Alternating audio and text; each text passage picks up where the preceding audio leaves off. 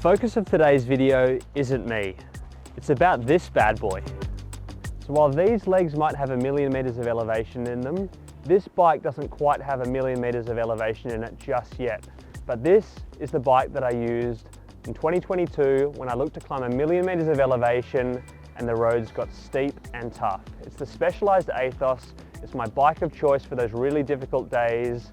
And I thought as part of today's video, I'd show you why I've got this bike set up the way that I do and why it is the ultimate climbing machine. So let's start from the top.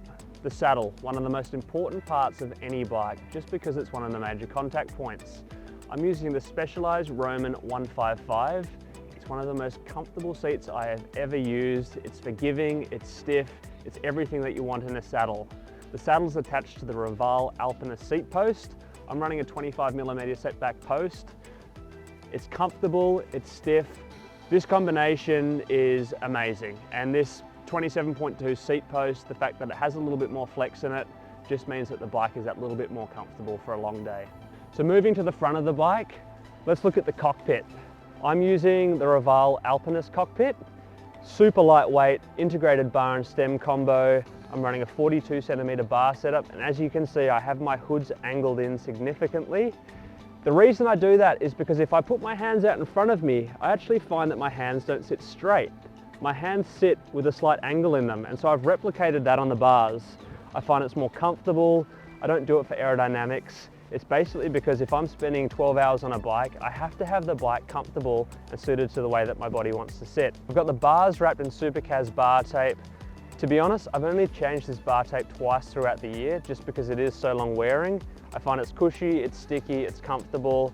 I don't wear gloves, my hands are still clean. The next thing, there's two of them. I'm talking about the wheels.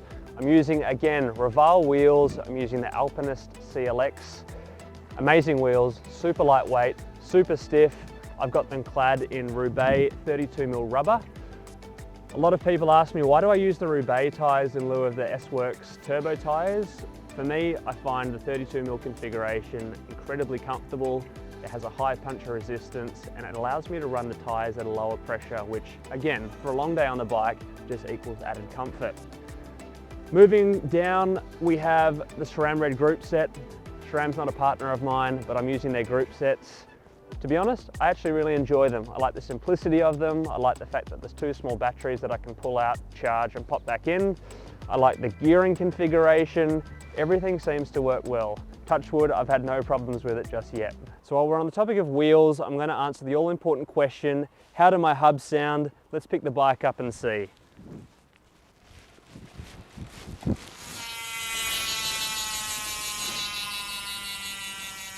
Pretty bloody good, I'd say. Pretty bloody good. So there was lots of questions throughout the year around what chainring sizes I was using. It's probably no surprise that I was using the smallest setup that I could run with.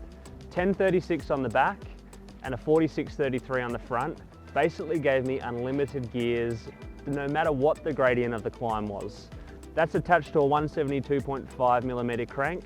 This year I'm changing the SRAM crank to an info crank, and aside from that, everything's pretty much staying as it is. So while we're on the topic of gears and gear ratios, it's worth me noting my chain. I'm running a standard SRAM chain, but it's actually waxed.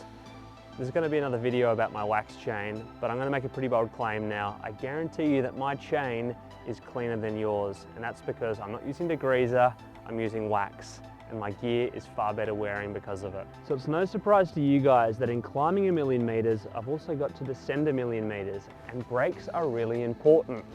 So what equipment am I using? I'm running the typical SRAM Red calipers, but the discs, I'm actually using Galfa discs. And the only reason I'm doing that is because I'm actually using a lot of them. They're cheaper, I find them easier to access, and yeah, they work fine.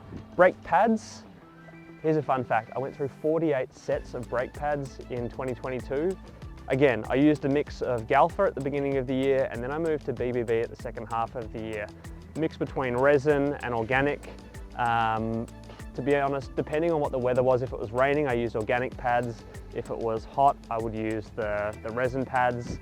And yeah, it all depends on the conditions that you're riding in. But this setup worked pretty well, despite the fact that I went through 48 sets of pads.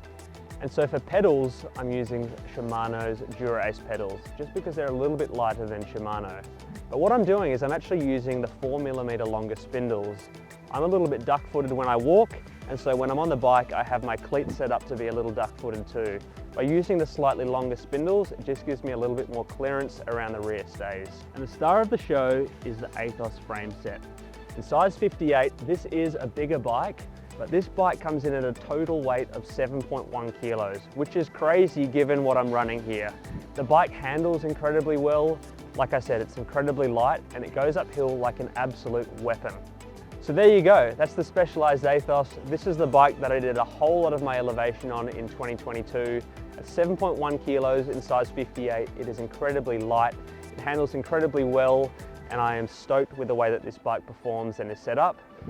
Again, I'll have another video to you guys soon on the Roubaix, but for now, that's the Aethos, and I hope you have enjoyed.